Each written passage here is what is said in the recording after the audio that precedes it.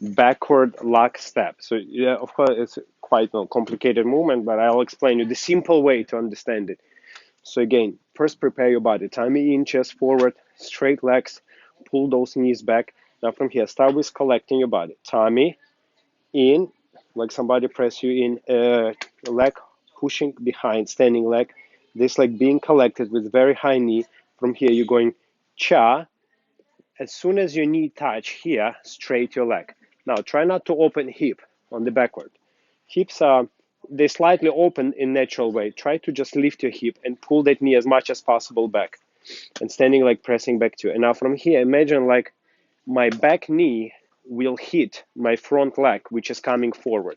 So slow motion look like this. See my front leg coming forward, and my back knee now will hit it to stop it. And now from here, I use a little bit hip action in front to get out from this position for the backward walk.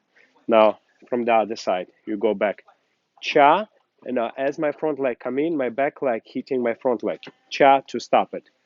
One, and cha, cha, one. And practice it, you can have a little bit like a sound between your knees. Cha, cha, one. And cha, so back knee hitting the front knee. Cha, one.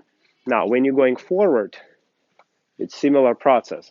So you're going forward, here tummy in, chest forward. Now push that knee back with it against the chest, which going forward, shoulders are straight. Now this leg start to going forward, stretch, stretch, stretch. You're going cha.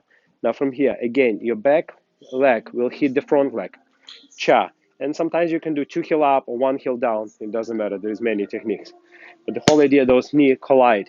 And now from here, you again stretching to release for the next movement from the other angle. So you're going cha, opening this leg as much as you can. Now the back knee hit the front knee, cha. So this kind of process, cha, and one, and cha, cha, one, and cha, cha,